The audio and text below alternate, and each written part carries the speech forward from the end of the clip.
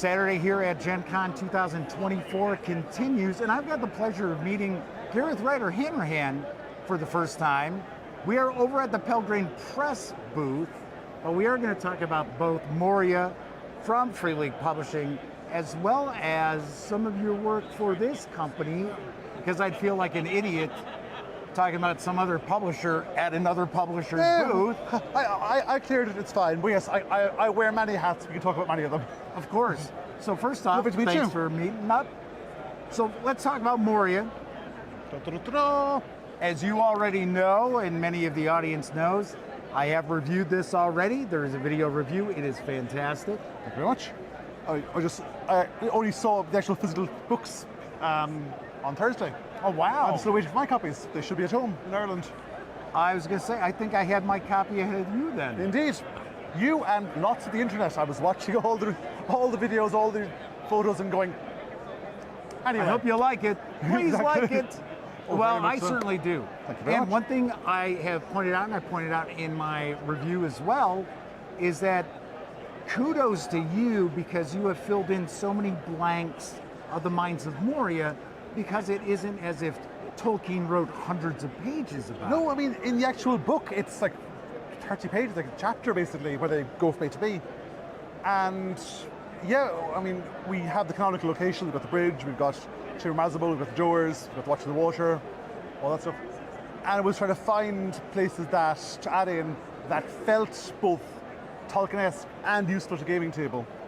There was a lot of basically finding a narrow path between lore and usability and theme, and yeah, try that path. Something else I really like too is it's not a bustling metropolis, it is a dead world effectively. Yeah. It is a world of misery, but it's not empty, and it's not only goblins and orcs and the Balrog, and no spoilers here, there are some other creatures down there, but there are also some allies that the Fellowship player or players can actually meet with. Yeah, I mean, if I was sticking 100% to what Tolkien wrote and not extrapolating or deviating slightly, it would just be a tomb full of goblins. Like, you know, Tolkien did not say, oh, the dwarves go back there other than Bal's expedition.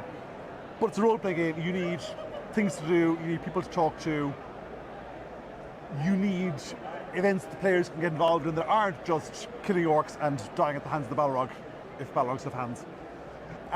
Plus, it's also, well, you know, it's the 10th time we're fighting goblins. How exciting is this? Sort of, like, Yeah, but there's a lot of variety. A lot of variety, and also variety of goblins, because we basically, like, the Tolkien monster palette is so limited, It's limited. I was trying to find an artistic way of saying limited, but yeah, it's Right. He paints it in very few colors. You've got orcs, wolves, bats, spiders, Right. great. So we had to basically create new versions of all monsters and find ones that echo Tolkien, which meant digging into folklore, digging into the stories that he read. A lot of my research was basically reading the same books Tolkien read, both his modern stuff. Like, there's a fantastic book I recommend to all GMs called, well, not all GMs, but like, you know, anyone who's super into Tolkien. Holly Ordway's Tolkien's Modern Reading, Okay. which is about basically the science fiction fantasy books that we know that Tolkien read. Oh, okay. Like modern day ones, as well as like, you know, all the like, you know, medieval research and so forth. Because she goes through it and finds out like, you know, oh, Tolkien, like, you know, took this passage and clearly inspired this bit in Lord of the Rings, or That Tolkien. is a pretty deep dive. Oh, but it's Tolkien. You have to dive deep. You have to delve deep, and possibly even too deep. Right. So, you got a big release here. You've got at two booths, you have major releases. Well, do you want to talk to the other release? Yeah, let's talk. Yeah. Well, to be fair, this was supposed to come out in 2021, so it's been slightly delayed due to pandemic and many other issues. Sure. But it is the Borellus Connection for Delta Green. The fall of Delta Green. Yes, right. Yeah. Because the Delta Green is the Arc Dreams. Yes, I'm pals with them. Yes. Yeah, so are we, which is why we licensed. Right, that's how Delta you Green were able to do this. To do yes. Fall, which is the prequel. It's set in the 60s, and this is our big campaign for it. Will I give you the spiel? Oh yes, please. The spiel begins. It's 8 adventures. you're working for the Bureau of Narcotics and Dangerous Drugs. The original inspiration was the French Connection meets the mythos. Okay. So you're following the heroin trail around the world because the heroin cartel you're investigating is involved with the mythos. Yes. So there are 8 adventures in there, all with a different theme. Because we've got a worldwide scope, we could take advantage of the different locations and different fields of the place. So there's the one in Laos is you're escorting a sniper through the jungle to shoot this Viet Cong leader. Oh, wow. There's a classic archaeological dig in Turkey, which is this like, it just feels like a really, really old school Call of Cthulhu adventure with like, the archaeologists have dug up something terrible and bad things are coming. There's a John le Carré-esque one in Munich where you're dealing with Radio Free Europe. And like you're crossing over the Berlin Wall at times.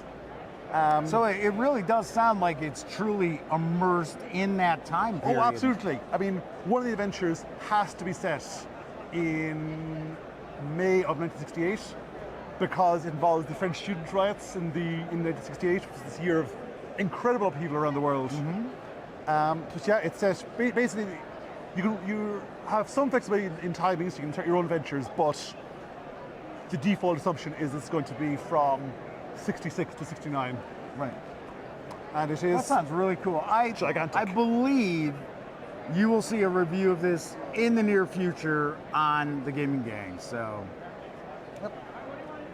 anything else that you're working on that you could maybe share with our audience and maybe get their excitement level up? Well, coming out fairly soon. I just saw the first draft of the layout. And for this one, we have to go for another booth entirely. I did a campaign for Rowan Rook Deckard's Heart role-playing game. Yeah. Heart is this bizarre, messed up, steampunk, weird, surreal dungeon crawl.